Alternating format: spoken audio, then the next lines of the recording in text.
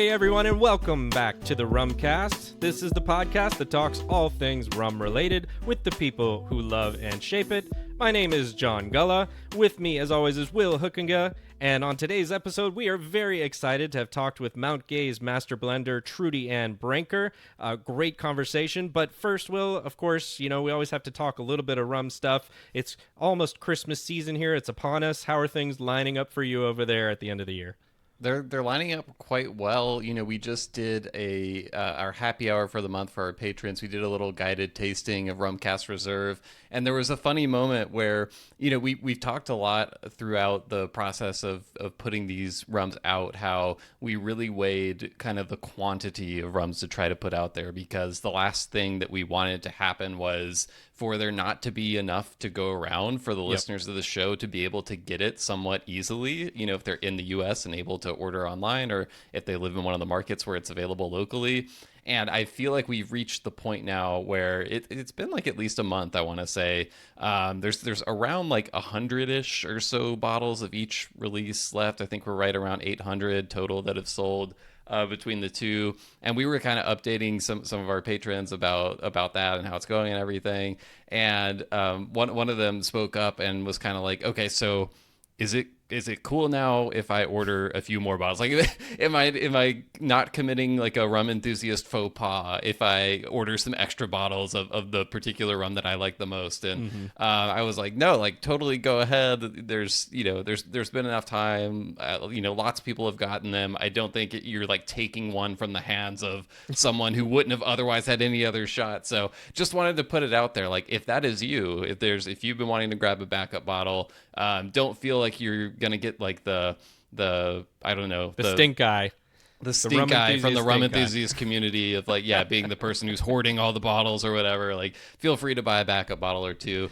You can still do that, but continues to be cool to kind of see the reactions and get to talk to people about it. Yeah, and I think there's like roughly 100 bottles left of each now. So there's enough still, and like Will, you said, there's been plenty of time for people to grab them. So if you're looking to grab that backup bottle, now's probably the time before things start to dwindle down, I should say. Dwindle down. Yeah, dwindle down is a new one. That's only rum specific. To sounds like it should work. Down. Yeah. So don't be shy with it. So Will, I had dug into a little bit of an article that came out this week. I'm not sure if you saw it, about rum sales actually in general. I did not. No, this is news to me. How are they? Are they good?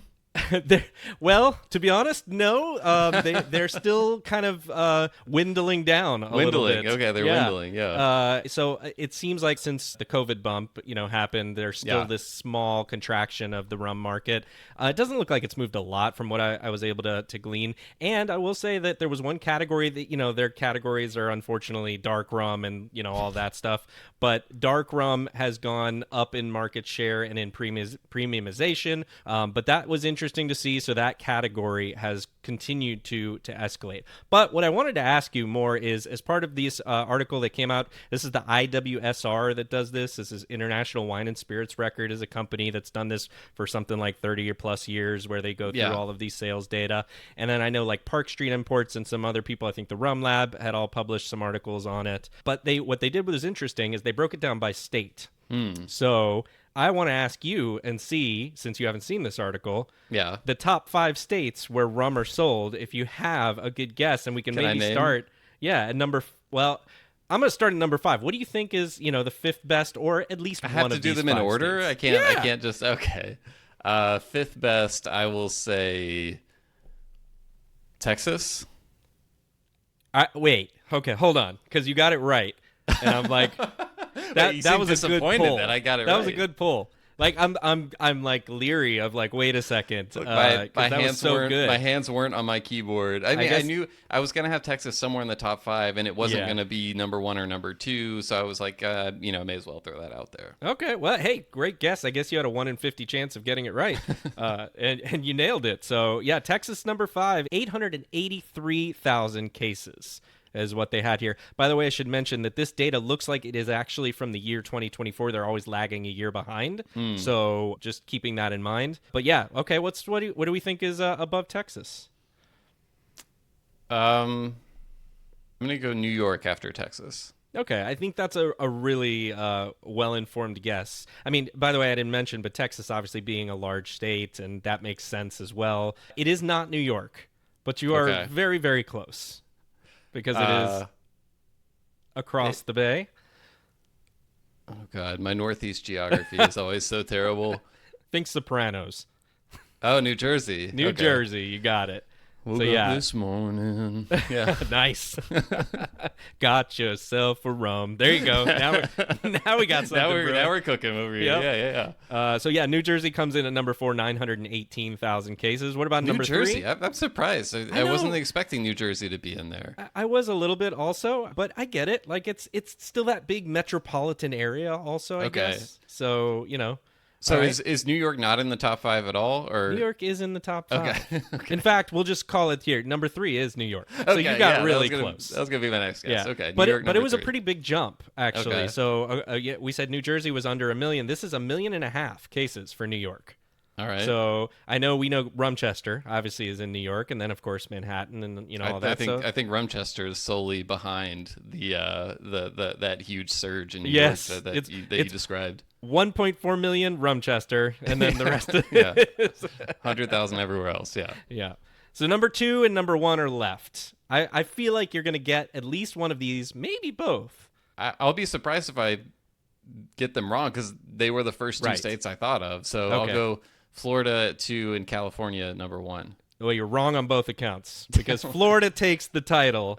Okay. Yes, you're Well, right. I had the states right though. You had the states right. You did Okay, really yeah. well in this exercise, by the way. I have to I give you will credit. say, I like New York, California, Florida, Makes sense. and Texas were always going to be in my top 5. New Jersey, I would have guessed probably like I don't know 20 other states before I thought of Oh, wow. New Jersey. So that's weird. California comes in at number 2 with 2 million cases. Again, a pretty decent jump. And Florida, my home state of There you Florida, go. will 2.6 million. So another pretty big jump. It's a lot of Bacardi they're guzzling down there. Yep. Rounding out the top 10, Illinois number 6. No Michigan. laughs for that joke. What? I was moving on already.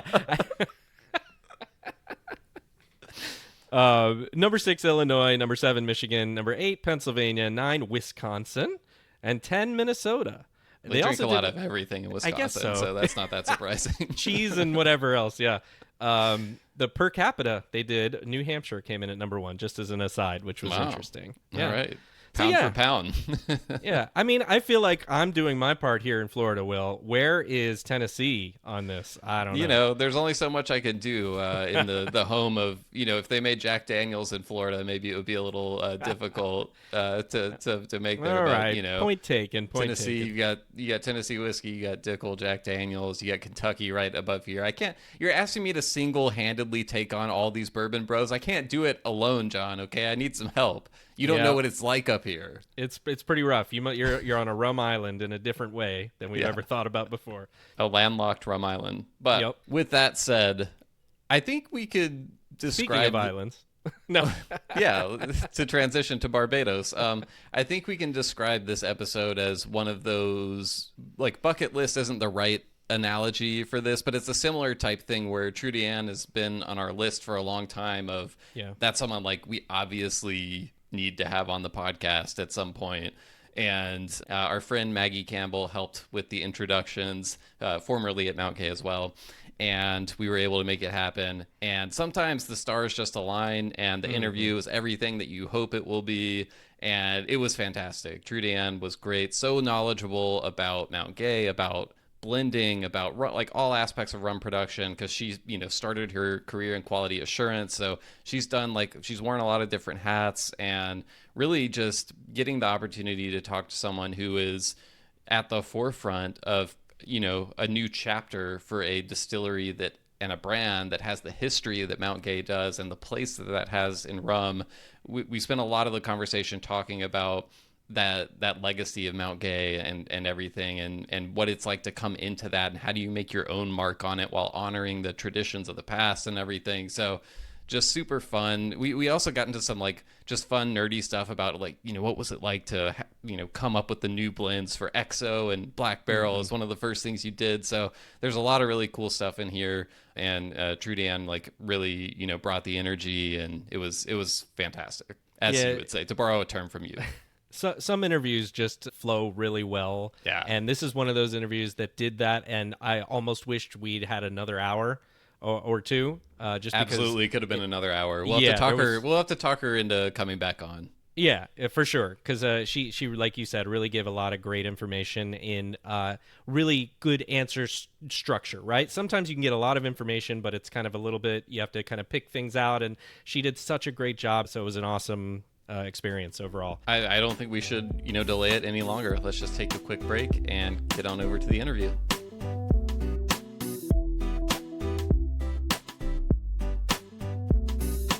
All right, we're here with Trudiann Branker, who I feel like needs no introduction as the master blender for Mount Gay, which I think when you're thinking about the sort of most known iconic distilleries in the world, Mount Gay is certainly in there, not only in the category of rum, but just in general.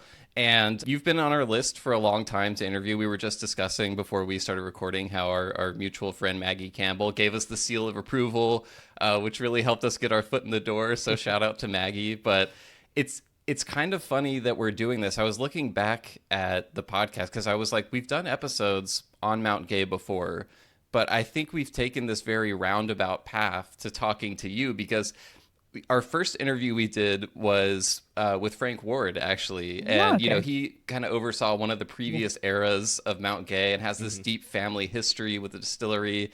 And then while Maggie was working at Mount Gay, we talked to Jackie Brooms and herself about kind of the state rum program, the agricultural program. But until today, we haven't done an interview focused on like the main primary stuff that Mount Gay actually does today, which probably should have come first. But, we love to do things in mixed up orders around here. But anyway, welcome to the show. We're really excited to have you here. Thank you. No, it doesn't matter how we got here. We're here now.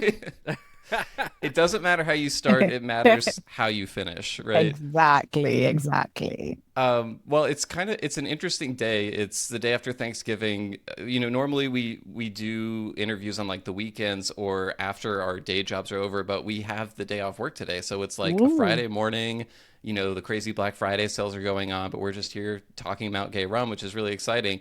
I wanted to know, like, Master Blenders, it's one of the most interesting sounding job titles in, the spirits industry. And anytime we have a Master Blender on the show, I like to bring up how it's one of these interesting jobs that is probably like, it's so romanticized. We just imagine you kind of walking through the warehouse, tasting rums and doing all this amazing stuff all day. In a study with books everywhere. Yeah, exactly. Like, it's very, very... Beakers. Yeah, very scientific, very artistic. I'm curious to know, like, what's been on your actual agenda lately? What's the work that we're interrupting today and pulling you away from? What's kind of on your to-do list right now? Today, so the work today is it's budget time. Oh, the most exciting stuff. Right? Who's budget? But trying to make sure that everything's going to be in place so we can make more rum for the next year. So that's the less interesting part of what we do. That's true. Everybody always that was just like left to all the accountants and everything. Oh, you would think so. You would think so. They're the ones like, have you filled our spreadsheets yet? Have you filled the Trudy, like I understand that, there's craft in what you do, but can you give me a number? No, it's that's true. It's very, the favorite part of what we do is tasting the rums, making that mental library.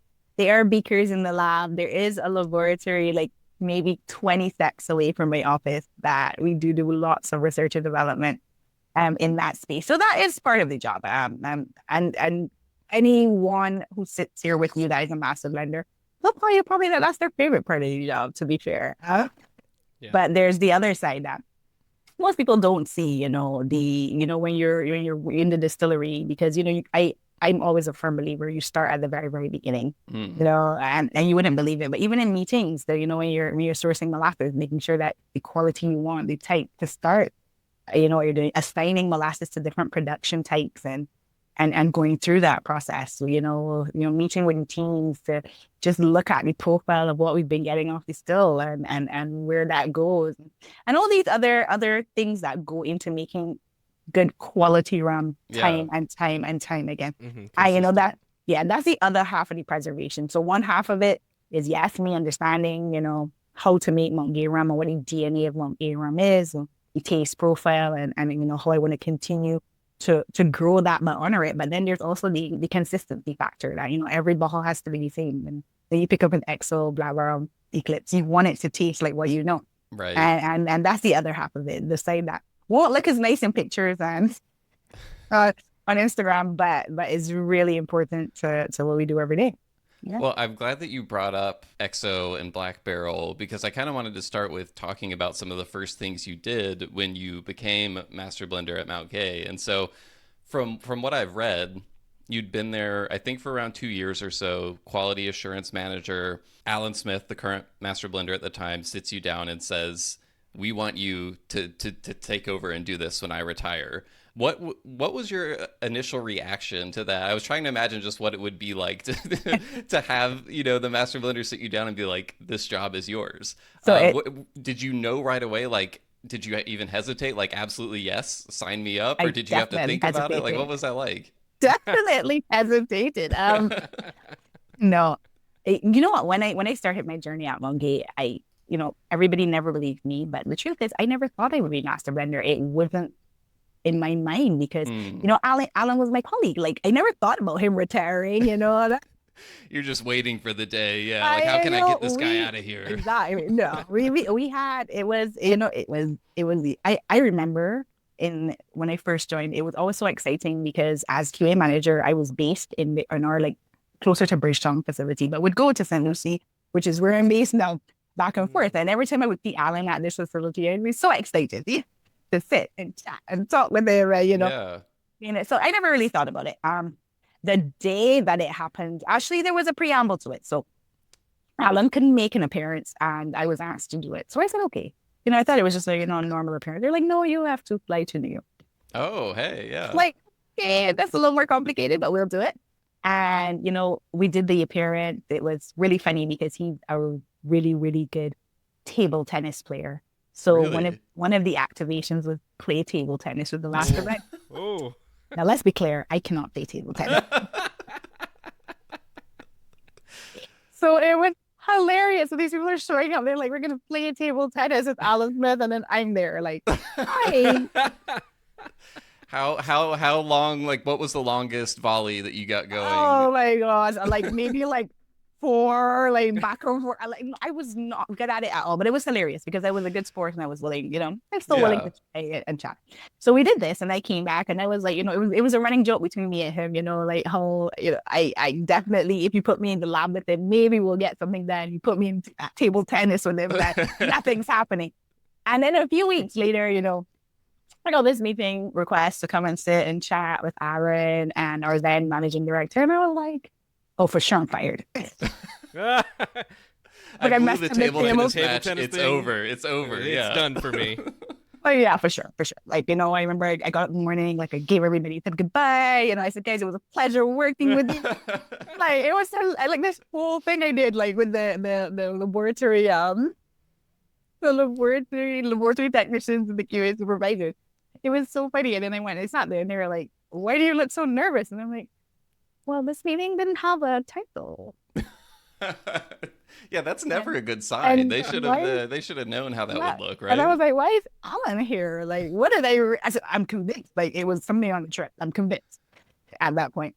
But no, I mean, like, it was, they sat me down and they said, well, you know what? The trip went exceptionally well. Like, you embody everything we see in the future of Mount Gay having and needing. And we'd really like you to really start the closer journey to be an ex-master blender after Alan leaves. But at that point, there was no talk of Alan retiring, just to be clear.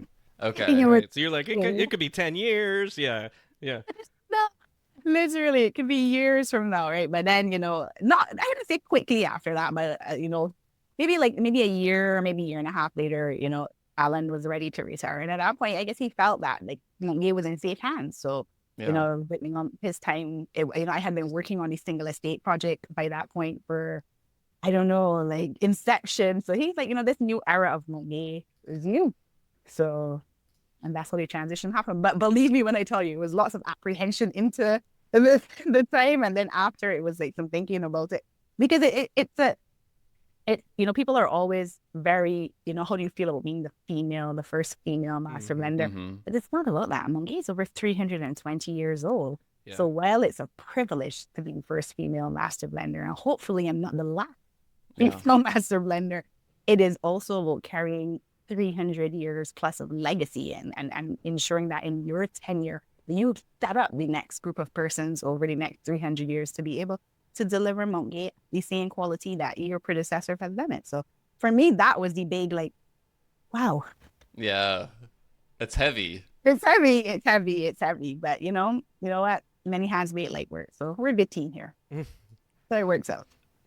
So you accept this sort of heavy responsibility, and it's an honor and a heavy responsibility, as you were saying.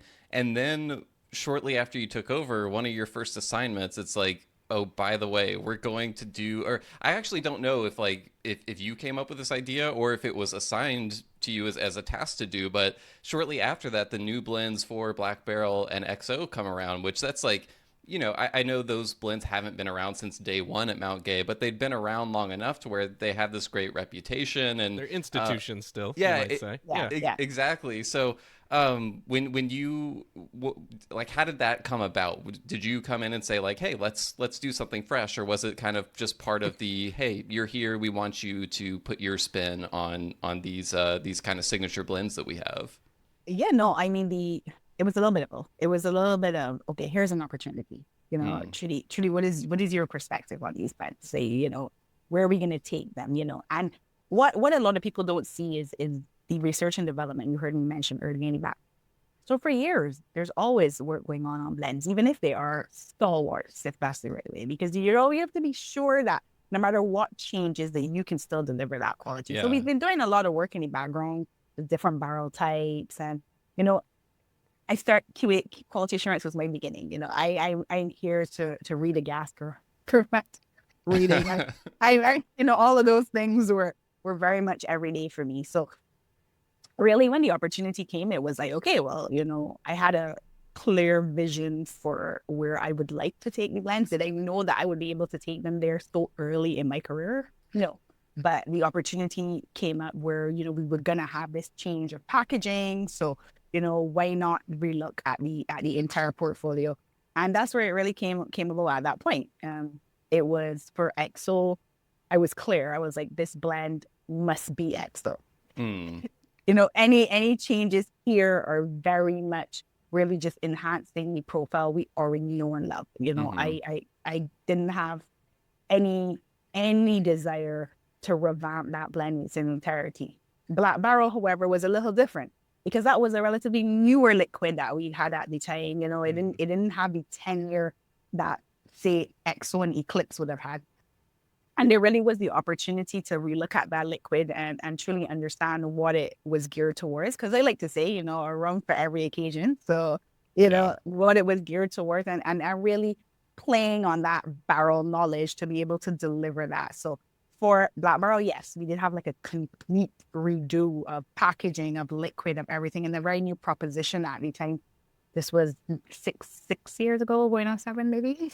Yeah, it's kind of crazy that it was that long ago. And Eclipse, it was, there really wasn't a lot to change for Eclipse. Eclipse, it's very much, our stalwart in rum punch and things of that nature. It was really more just being clear about how the barrel interaction really defined Eclipse. So, and that's really where we came up with that concept where, it was, if you're ever looking at the portfolio, you'll see that Eclipse, 1 barrel type, and then we're to Black Barrel, 2 barrel types, and then it gets a little more complex with XO with 3 barrel types, and what each of those bring in their own unique way to be blends.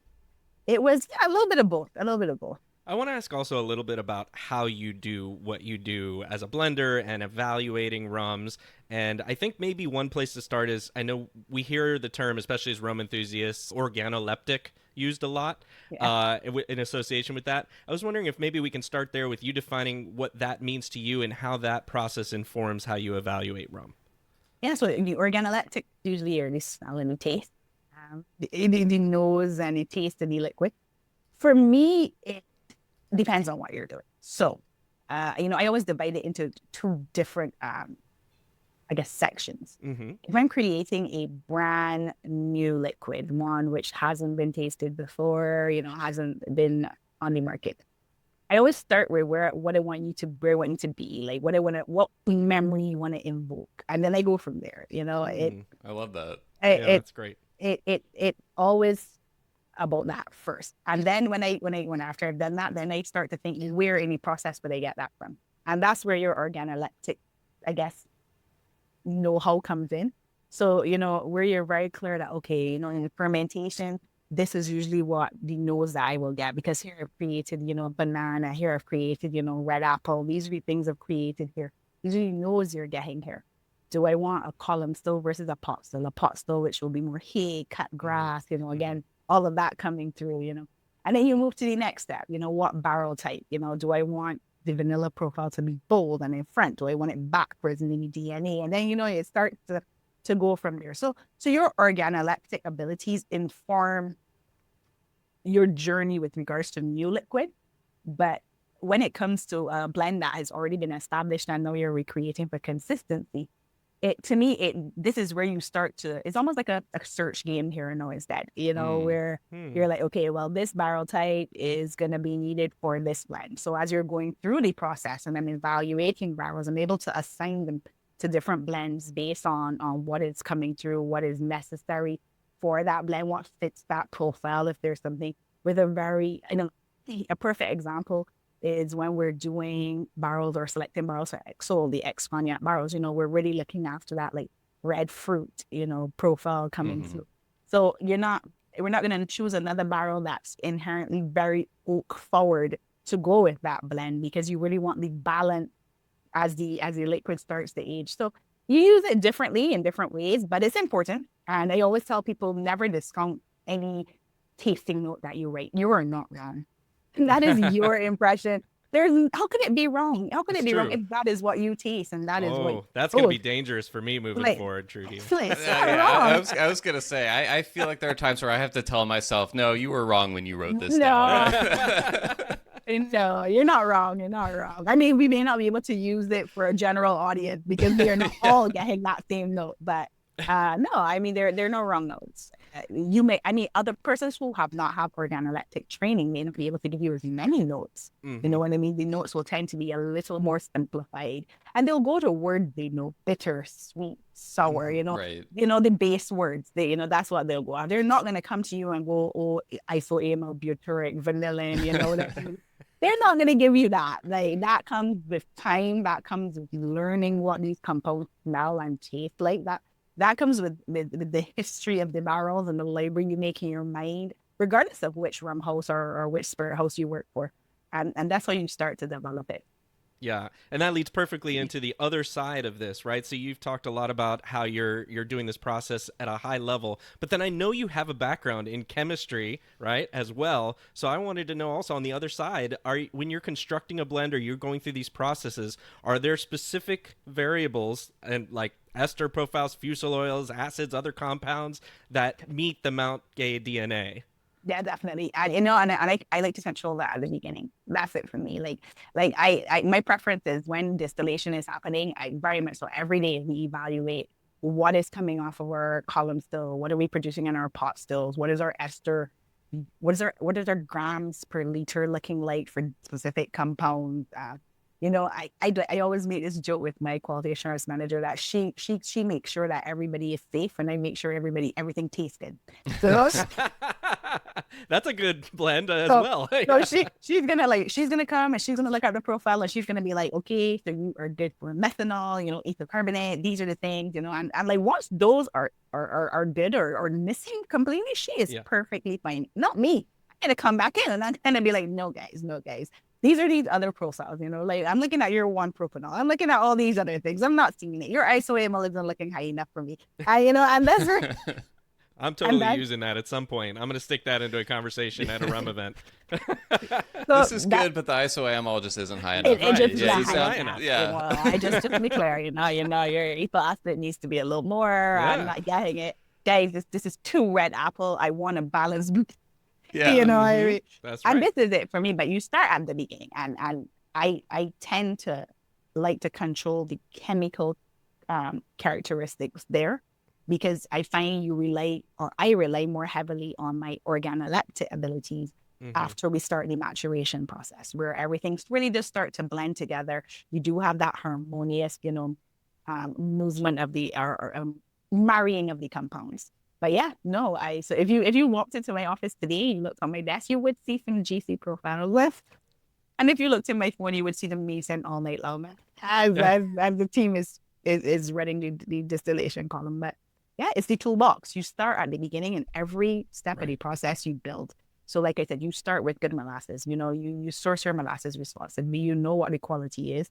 And that's step one. You go to fermentation, you understand if you take care of your yeast, if you choose a specific type of yeast. So you'll see us having things like proprietary yeast, which was actually one of the first things I did for Mount Gay when I joined, because I came from the beer world, and yeast is king in the beer world. And they come and we were able to work with someone else to develop a yeast still Saccharomyces, so we care about that from our estate itself, and be able to use that in the Mount Gay fermentations that we do every day. So you start, you build, and then you assign, and after different fermentations, assign to different distillation processes. So this profile goes to the column, this profile goes to the pots, this profile goes to the coffee still, and that's how you start your toolbox. So that when you start to add wood into the mix, you know what I mean? The tools you have to work with almost become infinite, Yeah.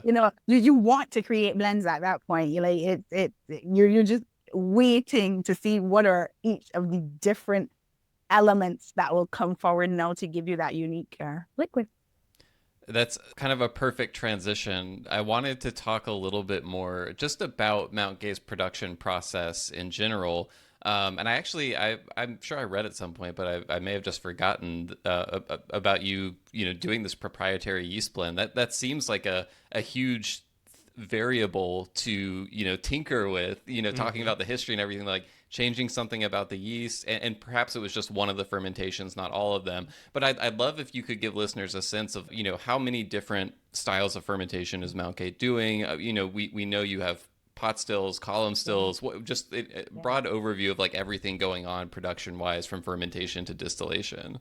So I'll answer that in two parts. I'll start with the first thing you said about the yeast, changing something so important. But you know what? I'm always big on, yes, change is inevitable, but change while honoring what we do. So you'll see, proprietary yeast, but proprietary yeast that was sourced from the Mount Gay estate. So you're still connecting the place with the process, what I mean? And for me, that is equally as important, further grounding Mount Gay in its core, in what makes Mount Gay.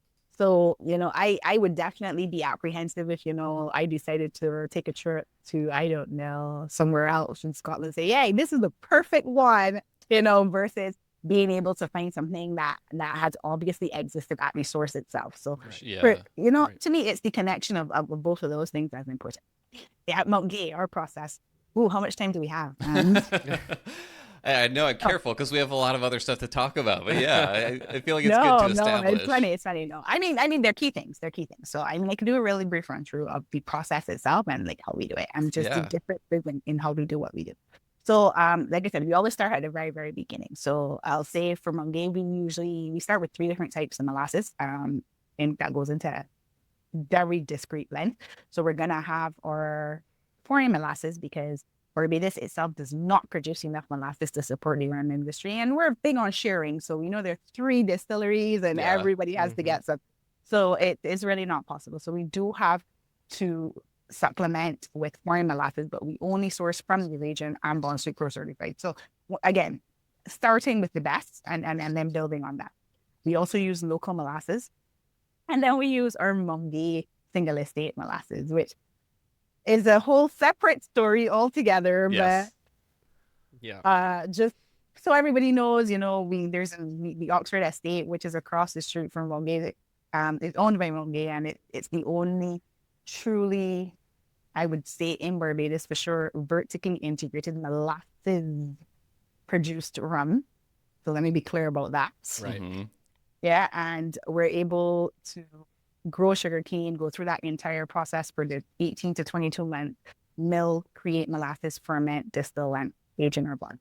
And that is actually very separate. That process I just described happens for the molasses from the estate itself, and that is separate. Now, after we go through we receive molasses, we go through our fermentation. We do approximately, I would say, just off the top of my head, right now, consistently, we do about 5 different fermentations. Wow. So there are 2 unique fermentations that happen on our column side and 3 different ones that happen on that feed our pot still and our coffee still. Mm-hmm. Closed fermentation in stainless steel vessels, that is what will go to the column, the stainless steel column. Open fermentation in French oak vats. Nice. That fermentation, which really sometimes lead to a secondary fermentation that happens from naturally easier oak, goes to our coffee as well as our pot stills. Yeah. So on the column side, we have 2 different column stills that we use ammonia, depending on the quality that we want to produce. And then on the pot still side, we have 4 pot still, 3 Macmillan, 1 Fragasso, so 3 Scottish, 1 Spanish. And then we have our copper coffee still, which is 1 of 3 in the world, 1 of 2 that works. Yep. So you see already, how many variables have I kept building on already? And we just started the process. We just started the process. So we do this for each of those distillations that we do, we age the rum separately. So no blending happens prior to maturation. So everything from our column still will be assigned to a suite of barrels, then everything from the pot still, everything from the coffee still, and that's how we go about the process. And only after maturation will we then blend to get either new rums or current suite of rums that everyone knows. As a blender, I'm sure that your favorites are the blended final outcomes, right? But I'm curious, when looking at all those various components you have, perhaps distillate from a particular still or certain things like that, are there certain components that are just kind of, you have a soft spot for, have favorites to work with? So it's funny you say that. As a blender, I'll just remind you, I started my world in fermentation. That's true. That's why I said it started there. You're asking me to choose between my children now. We only ask the tough questions here. I know. I wouldn't necessarily say there is a favorite, you know what I mean? But I deeply, I love that I have been there for the entire recommission of the coffee still. Let's say that.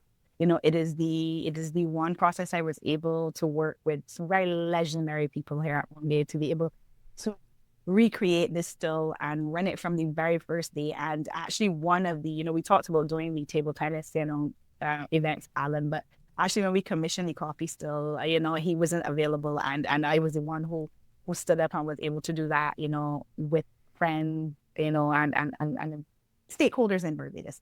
So it's sentimental. Let's put it that way. It's sentimental more than anything else. And because we don't distill on the coffee still as much as we do on the other stills, because it's a fully manual process. And it's exciting for people to see, because when we're running it, the distillers are there and they're running it. I am standing at the bottom of the still. We're nosing every single thing that's coming off. Like the effort takes so many of us. You wouldn't really think that, in 2025 that we're standing there while they're still running. But this is, again, that's how manual it is and how true to the original way of running it still exists. So I would say that for sentimental reasons. It sounds like an event. It's an event. You get together, you're like, all right, it's a coffee still day. Let's do this, everyone. First coffee still 5 days. 5 days, yes. I think there's something about these coffee stills, because I'm pretty sure, John, when we talked to Sean Caleb from Demerara Distillers, they have this impressive array of very cool stills. Yeah, they and do. he was like, the coffee still, there's I think he said it's the most difficult to run, but there's just something so magical about it. So I mean, the distillate is so incredibly light, but still fruity. It's just, it's almost it's where the craft really meets the science, and they really do have a perfect mashup. Yeah. I want to transition to talk about some of the Master Blenders collection release. We talked about XO, Black Barrel, but I want to talk about the ones that really, they all have your signature and your name on them, but I feel like there's something about the Master Blenders collection that feels a little bit more personal almost. So I was curious to ask, is every one of those releases coming just straight from your head? Is it more of a collaborative process? How is one of those born from start to finish? What's Yeah. step one of coming up with one of these blends? The Master Blender collection has probably been one of the biggest privileges of my career. I won't lie and tell anybody differently. And I use the word privilege for a reason. It is not often that you will be given full creative control over any releases. And each and every one of those Master Blender collections that we have made has come from me walking in and saying, this is going to be the next one. And everybody says, we believe. We believe. And while for things like PX, that's a 20-year-old Mount Gay, need to believe for that one, you know what I mean? And however, we did pot still, which was 100% pot still. We not released a pot still like that before, the old meeting the new Master Blender, old way, that was easy. But then when you walk in and you pitch things like Andy and old type that's never been touched in the rum industry, no one was really screaming about it, at that point. To still have the team rally behind and say, yes, we're here for it. To me, that is why I say the Master Blender collection has been like the biggest privilege, because it's done exceptionally well. I won't say it hasn't, it has, but it's been truly born of my desire to learn about barrels, to have a research and development program at Mount Gay that feeds the future of barrel knowledge, of distillation knowledge, of all of these different parts of the process, and really just kind of settled itself in showing a Mount Gay that we had not seen before. Because I think we were very well known for our core range, which again, exceptional. Everybody knew it, but never that peek behind the scenes, never showing the work that Jerry would have done before and Alan would have done before, and all of these different, innovative way in which these persons thought about rum and how I still think about rum. So for me, that I whenever I say that, people always doubt me, and I swear I've never been once told what should be produced for the Master Blender collection. How does that work? So far it's worked well, but no, I mean I usually know the sequence move around a little bit as we've made them over the years, but I'm usually pretty sure about what's going to be the next one, as I'm going through the process and evaluating. I'm like, this is one. And sometimes you tweak that a little bit. So right. Perfect example, again, coming back to PX. I really wanted to showcase these older liquids. And, I had that idea. I went about starting. And when I did, we weren't there yet. There was some barrels that were maybe like 18 years old coming into 20, I really wanted to be black. So then, that release moved from where it was and went to somewhere else, and another one came forward. And that's kind of how it worked, a lot, when I got the Madeira barrel for the Madeira release, one of the smallest releases we did from Master Blender collection, quickly was gone. Yeah. We did blank. It was because, I had the opportunity to source these barrels and not just source them, know exactly where they came from, I like be able to speak to the Madeira wine proprietor that had these barrels with their textile aging. And for me, that's it, that connection to what the journey the barrel has gone through before it gets here, before it's in Barbados, before I can't return it because I live on an island. Like that is what, for me, connects the Master Blender collection a lot. Just giving everybody a glimpse into what that is. That's amazing in that way. I imagine, you have all of these resources, right, that you have, and pulling together the idea from the start of it. Sounds like sometimes you might have an idea in your head and then you go after it. Maybe sometimes the rum reveals it to you in that, and yeah. That's super interesting. It does. Sometimes it's a little bit of both, like in one of the ones that revealed themselves was Port Gas. I did not go after that one, but it just kind of showed up and I was like, wow. Like, and then, start to pay a little more attention. And I was like, yes, you have made it to Master Blender collection. That will just get it. Do you give like a little pat to the sample? There you go. Are ready. You have made it. Yeah, you are ready. Trudiann, you mentioned like the blending of art and science, and that's often something we talk about because there's so much of it in what you do, both of it. And I wanted to ask you kind of maybe it's a challenging question, I don't know, but I wanted to ask if you can recall a moment where your instincts as a blender might have led you against what the science or a lab result might have suggested, or anything along those lines?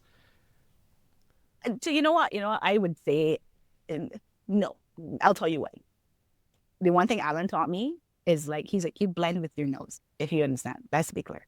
So I make a blend first, and then I run the chemistry after. And it's how, I talk about master blender to master blender, teaching how to make rum, but not giving you a recipe. So no recipe, no Trudy, these are the 4 things that you will put in to make X. No, not that. More, this is the nose you're looking for in these barrels. This is what this will turn into in 8 years. You know what I mean? Trying to understand that evolution. So sometimes I'm surprised after I make a blend and then I get the chemical analysis back. I really thought this would have been higher, or, But then you go back and you nose it and you're like, no, this is it. No, it's that because the reality I face and the reality everybody's going to face in this industry is when you purchase a bottle of rum and you open it and you pour it into your glass, you don't care about the chemistry. Right. That's not going to determine if you enjoy it or not. So how can I blend with that first, knowing that is not what I'm trying to impart into the liquid or impart into your impression of the liquid. So for me, and don't get me wrong, when Alan used to do this, it used to drive me crazy. I'm like, Alan, it's cute, but I have to make sure it's compliant for the whole world. You can't do that. I know there's a person behind me who said that. Right. But no, we make it work. But we have to blend that way, because that's the only way that you're going to be able to have. I've never had a successful blend that I've made, by looking at with chemical numbers, right? Yeah. I've also never had a successful blend that my finance team has given me, just to be clear. These numbers look great. No. They don't. I think that's exactly what the enthusiasts at home listening want to hear, I think. So yeah, that's great. Do you just used that phrase, a successful blend, and I'd love to know how you define when a blend is successful or not. I think there's a lot of ways to define that, some of which are just going by taste, some of which is going by the numbers. Unfortunately, at the end of the day, it can be a factor in whether something is perceived as successful or not. Are there certain opinions that you seek out when you've created a blend? Do you read reviews? Do you look at the numbers? How do you sort of determine, I did or we did a great job with this one? So it's funny, because my comfort, I'm most comfortable in my laboratory, in the distillery, kind of away from the reviews and everything else that goes there. I don't know, when the in-house persons tell me it's great, that's a success. They're there every day. They know rum, they know their name. And when persons who have no reason to say this is gonna be, this tastes great, or this, I see their opinion. I've got some colleagues in the industry who I always look to, and they're all master blenders. I'm not gonna say that. Some of them are persons in trade. Some of them are just, rum enthusiasts who I know are gonna give me an honest opinion on something. And I ask their opinion. I usually blindly give them liquids. I don't know. Packaging influences a lot. Totally. Yeah. So and I hear their feedback, because, if feedback is important, it's not, is this good? Does it taste good? No, just give me your honest opinion, and I often don't tell them that if it's a final blend or if it's something I'm working on, because, inherently people won't want to be mean, they want to say something that they think, kind about it. But I do value your honest opinion. But I'll give you this anecdote though, I always, if I'm working on a blend, and say, I ask my husband to taste it, he'll taste it and he'll be like, oh, maybe not this one, maybe the next one. A year later, I'll bring back home the same blend in fully packaged, and he's like, this is great. Yeah. Yep. It's so relatable. The best one you've ever done. Best one you've ever seen. Yep. So what are you saying? But no, I really do. There is it's there are 2 people, I don't often like to call their names, but I call them out here, it's they're Chesterfield that works with us. I hold Chester in very high regard. Chester knows rum, and if I give Chester something and he tells me it's great, I believe it's great. Another person who's been very good at giving me a past Mount Gay person is Miguel Smith. Like, you know, Miguel knows how many times I'm like, Miguel, taste this thing. He'll stop whatever he's doing and he's like, yes, maybe. Yes, definitely a yes. So, you know, those are two people, for sure. But you know, we have a expert panel here on me as well. And the persons who are on that expert panel give great feedback, because we do it in a very, I wouldn't say we do it in a very scientific way. So as we go through the process, another insight into what we do. I often choose barrels, I do, but then the blends go to them because they're the gatekeepers as well to make sure that everything that I make still stands true to Mount Gay is. And I love that. I love that because, you know, again, we're creating to build a legacy so that the future will always be able to appreciate Mount Gay. Will always know what Mount Gay was and is. So every blend that I make, it goes to the panel. The panel has one person who's worked with us for almost close to 20 years, another one who's going on maybe like 16, 17 years, you know, and maybe some of you, I don't know if you've ever encountered, but Samantha Sobers, who is my left and right hand here, she's also on the expert panel as well. And they hold nothing back, and I love them. They hold nothing back. And it's not often a blend is sent back to me and say, try again. That doesn't really happen, but it's really the checks and balances so that, you know, we make sure that we always protect. Have you ever either arrived at this conclusion on your own or gotten this type of feedback from that tasting panel where you have something that you're like, or they're like, this is really great, but it doesn't quite feel like it fits into Mount Gay? Like, do you ever find stuff that falls outside of, you know, what you want to represent Mount Gay, basically? Yes. We've had blends that have been made that right for Mount Gay just yet. Let's put it that way. Just aren't right yet. But then we've had blends that go under like, why didn't you do this 2 years ago, Trudy? Like, so and that's okay. That's okay as well. That's okay as well because it's all about the timing and when something is ready, when it's right. I remember when I was making the new Black Barrel, and I had like maybe like 8 or 9 variants that were in the bond, you know what I mean? And I was hell-bent that like one of them was going to be it, you know. I was like, this is gonna, you know, and they came back and they were like, we're not sure, you know. And I was like, okay. That time I think we were at like variant E. And like I think at the end we ended at like H or something like that. Wow. I can't remember which one it was. But I remember I at that time, you know, they sent it back and I was like, all right, so you know that, give me your feedback. And they gave me their feedback. And do you know what it was? It was the blend was correct. Nothing was wrong with the blend. But it needed to stay in the finishing barrel a little longer because Black Barrel stays in the finishing barrel. And that's how we ended at the 6 months finishing, because it really needed just a little more time in, you know, and that's how we do it. And that's the discussion you want to have, like around your research and development table, around your laboratory table, you know, with your experts on all. Yeah. And unfortunately, that's a lot harder to control, right?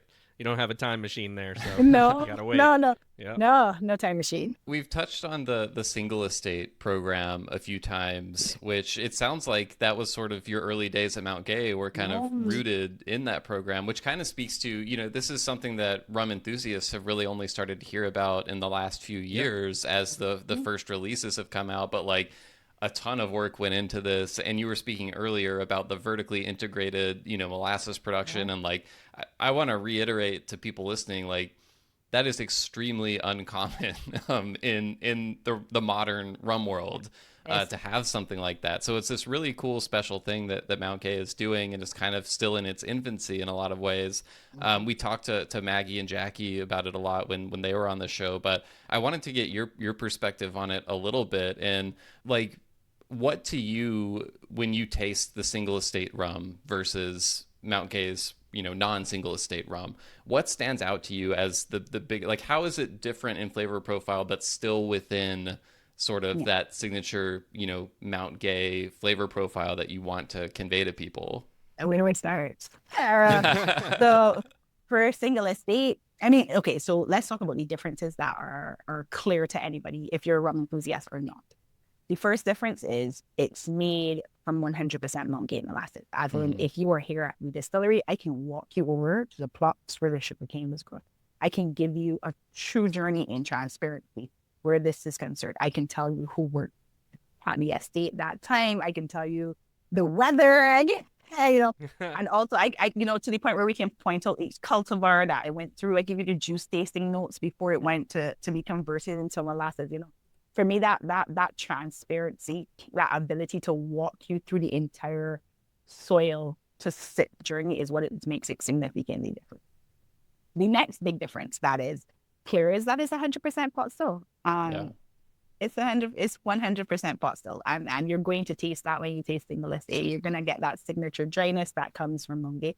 But what I have found for single estate specifically is that deep connection to the source. So when you taste single estate, when you taste single estate liquid, it is almost as if you are automatically transported to the cane fields outside of Mount Gay. Like, it really connects you. And that's because the care and attention we take for every single process, really does allow a lot of the nuances of the cultivars that coming through into the liquid of the harvest that year. Because for me, single estate is a combination of its harvest. Every year in Barbados, the harvest gives you different things. And each year you can see that. So if I poured you a flight of all the years, if I poured you a flight of just our second release and our fourth release, yes, please. To tell. Why are we talking about if? Like, you would be able to tell the differences, and really the only process difference between those two liquids is the harvest year.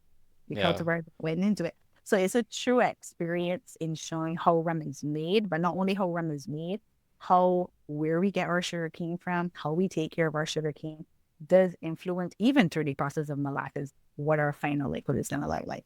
You mentioned transparency also, and that's something we talk about a lot, of course, and it's nice to see, that's happening with Mount Gay. And I think there's a trend towards transparency that we've seen, at least in rum enthusiast areas.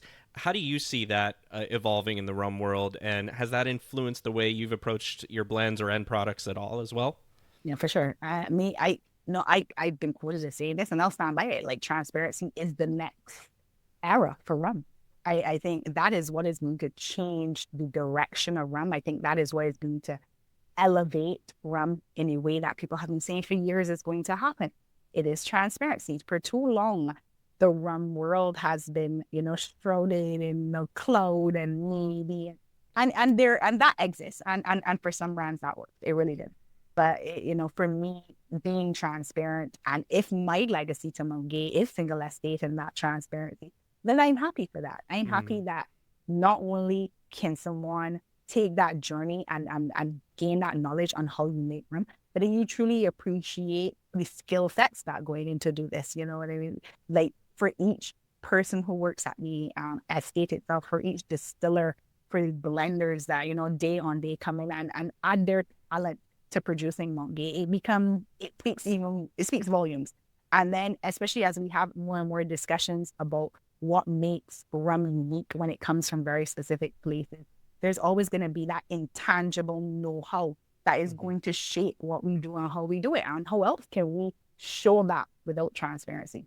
It is really, really cool to see. And I think as rum enthusiasts, we see a lot of the smaller brands and things like that doing, these very transparent releases, like all the information. And so I think when you see a larger producer like Mount Gay doing that as well, that really sends a positive, strong message. And because there's still a lot of really large players that are totally not leaning into transparency. So it's nice to have one of the bigger houses doing that in a really unique way. And I mean, like I said, do make what you want to make what your house wants to make, but you owe it to your client, to your consumer, to let them know what that is. Yeah. Just be transparent about it. No right or wrong, no good or bad, none of those, no connotations associated with it. Just truly, this is my ethos on rum here. Consumer, do not consume. On the note of single estate, these have been pretty limited releases so far, and there's reasons for that. You can only produce so much 100% molasses, like you were saying earlier. There's these natural constraints on it. Do Yeah. you see, is there a future where the Mount Gay single estate rums are more widely accessible, or do you think it's always going to be a more specialized, limited product? Well, I think, the journey is to build the single estate universe. And that is what we've been attempting to.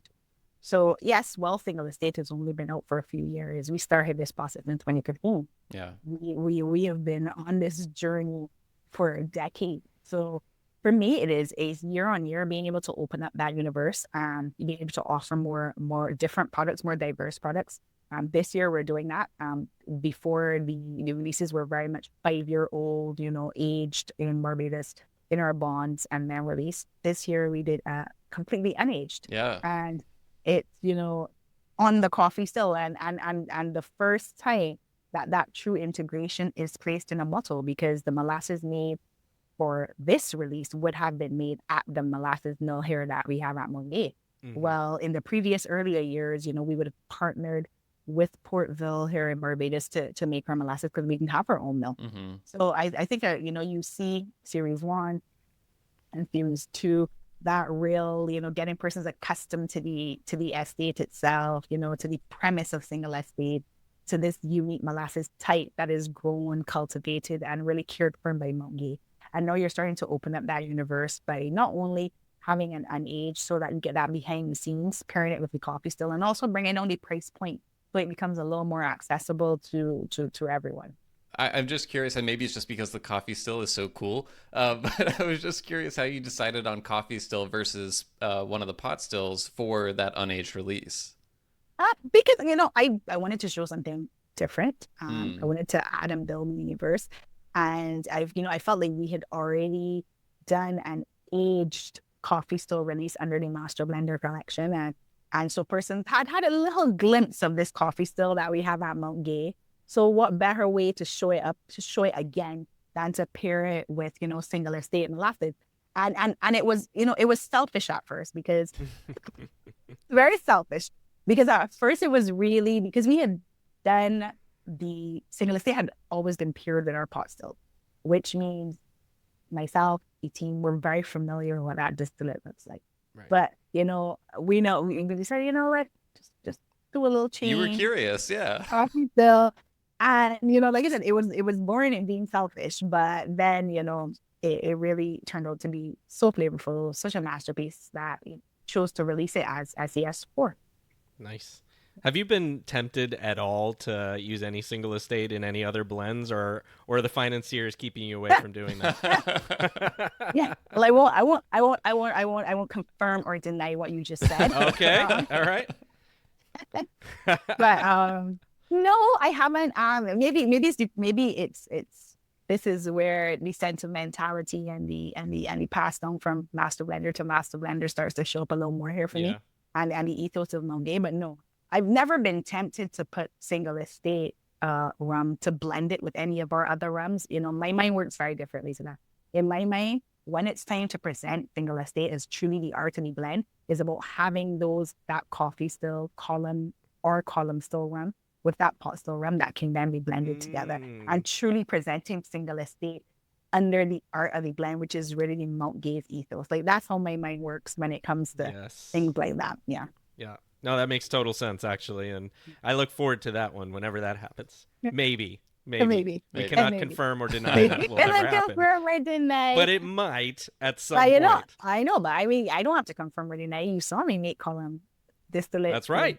That's right. F4, so. Yep. You're leaving all the clues out there for everyone. They can come to their own conclusions. It's all a little transparency, so.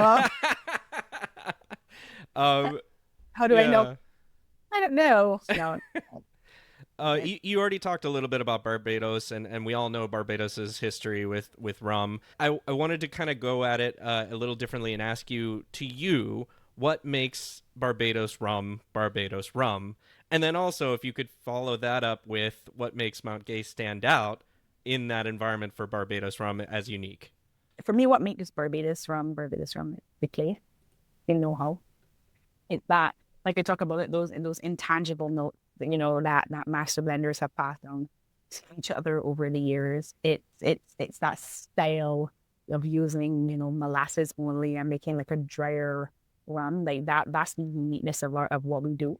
What makes Mount Gay unique is, we carry it a step further. We're very rooted in where we are, using the water source that we've used for many, many years, our location specifically. We get those lovely easterly winds at Mount Gay, and we have our open fermentation, so natural aerobic interacting with then, a planned fermentation. These are all the things that make Mount Gay Mount Gay. In addition to, like our pot stills are very unique. It's how we've made rum for many, many years. It's how we'll continue to make rum. So these are all the things that are like truly important that make Mount Gay like what it is and what it needs to be, and that's what we have to preserve. For me, that's what's extremely important. I like that term, intangible notes, that you used. I borrowed that from a colleague of mine who works at the University of the West Indies. Like when she summed up what I did and like how I did it, and I said, that moves like music and magic. yeah. She said it in that way. So I've used it ever since, because I think it's the one way to truly sum up, how a master blender teaches a master blender, how a distiller teaches a distiller, and those that know-how that is passed down from one generation to the next. Yep. Intangible notes. I'm going to use that going forward. Genius. On the note of Barbados rum and transparency, the Barbados rum GI has been something that we've been talking about on the podcast now for a long time, and I've talked to a lot of your colleagues on Barbados about it as well. Mount Gay has been an active part of the ongoing push for that, alongside Foursquare and St. Nicholas Abbey. What makes the GI important to you, and is there anything that you wish more people understood about it? I mean, the first thing I'm going to say is a GI for Barbados is a GI for Barbados. A GI should not be for Mount Gay, for St. Nicholas Abbey, for Foursquare, for anybody, for West Indies. It doesn't matter. A GI for Barbados is a GI for Barbados. It is for the people who have made rum, the people who make rum now, and the people who will make rum in the future. Like, I think that is often what has to be made very, very clear. This is for Barbados, independent of a brand, firstly. It's all of those things. It's important because it defines what we have always done. It defines what we're currently doing, and it will protect what we will do in the future. And that is the importance of a GI. It adds value to what we know is uniquely done here in Barbados. It adds value to what we know you cannot replicate somewhere else because of the assets that exist in Barbados, be it where we are geographically and our ability to have the best maturation profiles, but also the highest evaporation rate. It's our ability as a people to know how to make rum. It's the style that we have perfected over generations. It is the care and attention we take into ensuring that we integrate the process so that Barbadians are able to continue to earn a living from the process of making rum. I mean, these are all the things that we protect and we aim to protect. So, I'm always going to be a fan of having a GI in Barbados, but I'm always going to, I'm never going to say it differently. And it doesn't matter to me specifically that I carry, the mantle of Mount Gay, that a GI is for Barbados. And when you write a GI and when a GI is approved for Barbados, everyone brand will benefit. Well said. Yeah. No notes. Yeah. Now I know this question's going to be hard to answer, maybe, because I know you have to be somewhat withholding. I know all of that, but I want to ask anyways. We have to. What are you working on right now? Maybe in your R&D or something that's coming that you're most excited about, and what it might become. Oh wow. Well, I mean, I can share one thing. I'm not sure how widely known it is, but what I have been working on recently is a aged rum for Mount Gay, one where we're going to be able to speak specifically about how many years it's spent in the barrel, and spending some more time focusing on our older rums, the rums that have been taken care of not only by myself but my predecessors before me, and I really like that. I really like that we really can see how each person's choices regarding this barrel has shaped what the final liquid is going to be. So that's the focus right now. That's the closest focus to being something you'll see on the market, I should say, because they're always there, I'm always working on multiple things. And the beauty about being master blender at Mount Gay and still being rooted here in Barbados is that I'm able to interact like throughout the process. So I'm able to be here for every harvest, when we do it, and see what innovation we can throw in here, with the start of the fermentations and things of that nature. So there are always lots of things happening in the background. We put down many, many barrels over the years. Some of them are ready to be released, some of them not quite yet.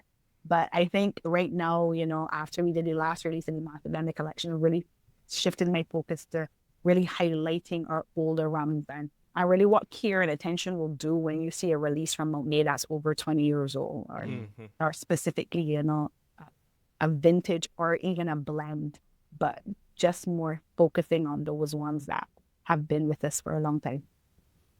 On the note of things that may come out eventually, we can get a little like less specific as to things that are definitely happening.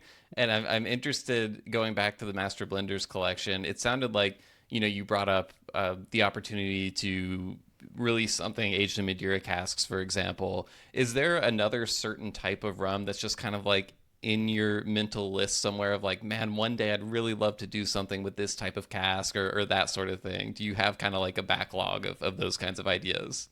I do. A little notebook that's written down. And there's a book where I write everything down. I won't even pretend that I don't. I write everything. Like, I think of it, I write it. I think of it, I write it. No, definitely. There are some casks that I've been doing some work with to that I hope one day will be part of, I don't know, the suite of Mount Gay. It doesn't have to be the Master Blender collection specifically. True. Mm-hmm. There's some casks that I work with that I'm trying to really, I know what they can do. We've done the journey, just trying to see where they fit.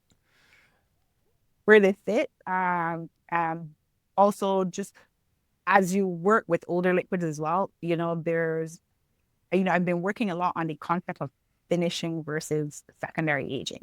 Spending quite a bit of time on that with different cask types, trying to, just inherently, I'm going to go on the secondary aging, that's always going to be my go-to. Mm-hmm.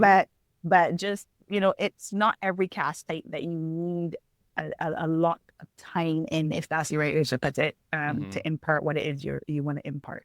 But, a lot of that happens in the background, a lot of that, and then I'm always going to be that one. So, I'm going to start with an idea to finish. And then I'm like, oh, but what would happen if I just aged completely? Right. And then everybody's going to get upset because no, it's 10 years down the road as opposed to But no, that doesn't stop at Mount Gay. I'm always looking for new cask types. I'm not necessarily only looking for new ones, kind of more digging into the quality of the ones that you can source, things of that nature, so that I understand like what will happen with all the different types of rum we make at Mount Gay when we age in these, making those notes. It won't always be for a release. Sometimes it's just to have the general knowledge there so that maybe somebody else may need to pull on that in the future to have that understanding and cut down on the research and development time that would be needed. A lot of that happens in the background for me as well. Like I do a lot of, I guess, future seeding that's cool. For important what part of the job. Later. Yeah. Like an archivist almost. It's interesting. Almost. It's a pain for the person that has to go in and clean up like the spreadsheet. But it's good work. The rum world needs it. Absolutely. Yeah. Well, we've covered a lot of ground on this interview. We have a tradition on the Rumcast. We always save it for the end. John, do you want to give the orientation on the rapid fire segment? Sure. So what we like to end the episodes with is our rapid fire segment, where Will would give us 60 seconds on the clock if you're willing. It's optional. You can step out, or you can say, you know what, I'm game, I'm in, we're gonna do this. And I would give you a series of very short answers, sometimes this or that, sometimes a question, but you give me the smallest answer you can that encapsulates. There's no wrong answers. You can say whatever you like. Just like no wrong tasting notes. Right, no wrong tasting exactly. notes. No wrong rapid fire answers. So Okay. if you're in, then we can do that and get through as many as we can in those 60 seconds. I'm game. Let's go. All right. I'm gonna put it's a very generous 60 seconds. By the way, I'll just 4 minutes later, we're still here. I'll lead with that. Yeah. Okay. If we're ready, I've got 60 seconds and go. Okay, neat or on the rocks? Neat. Okay, column, pot, or blend? Oh, yeah. Blend. Good. Molasses or cane juice? I figured that one. Okay. Which of the Master Blenders collection is your current favorite? She's like, no comment. Always the last one. The next one, right? Yeah. What makes you more nervous, having to play table tennis on your own or having to play doubles with Alan Smith? Doubles with Alan. Sure. That makes sense. Okay. For sure. I know you went to college in Howard in D.C., which you're among great company there. Do you have a favorite Smithsonian museum there? Yeah, for sure. Let's go with the aerospace. Aerospace is amazing. Oh, that's awesome. I love that answer. All right. What blended rum product not made at Mount Gay do you most respect and admire? That's a tough one. I know. It's not really that hard. I'm not supposed to say this, but I'm just gonna say Foursquare, Dirties, 14. Maybe. It's a great product. Big you know, fan it's as different. well. Yeah. It's different. Yeah, it's different. Still Barbados, the umbrella, but it's different. Yeah. I got you. If a rum enthusiast attempted to blend together 2 or more of your master's collection, would it intrigue you, horrify you, or make you want to step in and take over? I would want to step in and take over. Of course, it's got your name on it. Absolutely, you got to do that. I get it. All right, what's the Mount Gay product or release that doesn't get enough credit for you? Navy strength. Navy strength. Eclipse Navy strength. Yeah. Yes, That's a good stuff. I agree. All right, and finally, I think we made it through. Mount Gay sells millions of bottles worldwide, and your signature is on every bottle. Between blending, R&D, Q&A, and all of the other job responsibilities we talked about today, how do you ever find the time to sign all of those bottles, Trudiann? Got really good partners at the label printing company. That's Good time. answer. That's time. You rely on the team, that's right. Yeah, exactly. Great rapid fire performance. Yeah, no notes. John, I did think it was funny when you were listing out Trudiann's duties. You said blending R&D, and then instead of QA, you said Q and A, which was a funny error because she is doing Q&A right now, coincidentally. So amazing. Well, Trudiann, is there anything we didn't get to today? Anything you want people to know about, to watch for? The floor is yours if you'd like it. No, I mean, I just want to say, I always say, I'm a big fan of persons wanting to know more about rum. So never stop looking. The answers are there. Take interest. Rum is a sum of our history. Is a sum of our know-how and what we do today, and it really is going to plot the way for the future. Always respect the individuality of the culture that builds and goes into each of the rum brands. And, once we all enjoy that process, rum can only win. Yeah. I'm here for it. I love that. We're here for it too. Yeah. Thank you so much for taking a break from the spreadsheets and the budgeting and everything and answering some of our questions. We had to pull her today. away from that, I'm sure. So difficult. We'll let you get back to it though, but we really appreciate it. It was great hanging out with you today. Thanks for having me.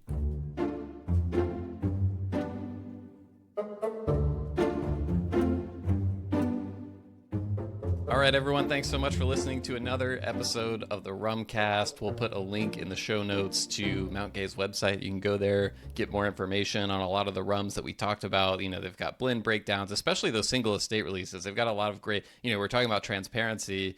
And I would say, especially among the big brands, like the amount of information they put out about those is something you really don't see from brands of that size very often. It's very much more in the rum nerd vein. So that's really cool. So go check that out. Let us know your questions. Send us an email, host@rumcast.com, host@rumcast.com. Let us know what your favorite Mount Gay rums are. We'd love to hear that. Or you can find us on social media. John, where can they find us? at Facebook, Twitter, Instagram, and Threads. It's at the Rumcast, I should have said. At Facebook, Twitter, Instagram, and Threads. Yeah, we're on those platforms, but you should probably look for at the Rumcast if you're really interested in finding them. And you said favorite Mount Gay rums. I would take that one step further, Will.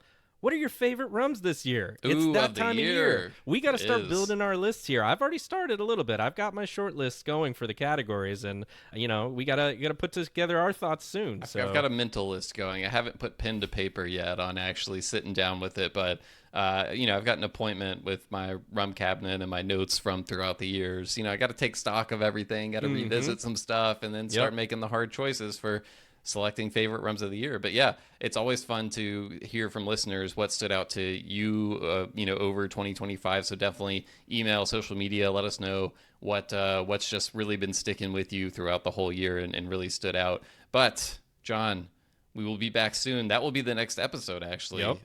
Yep. There's time is just running out in 2025, so that'll be coming up soon, and we've got a lot of ideas cooking for 2026, so a lot to look forward to. But until next time, cheers everybody. Cheers.